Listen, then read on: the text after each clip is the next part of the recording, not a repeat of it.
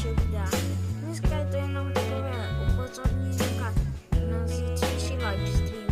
Možná bude, nebude, rozhoduju se o tom, ale chtěl bych vám ještě natočit to, prostě, že já nevím proč, ale zítra máme poslední den školy. Hurá, že?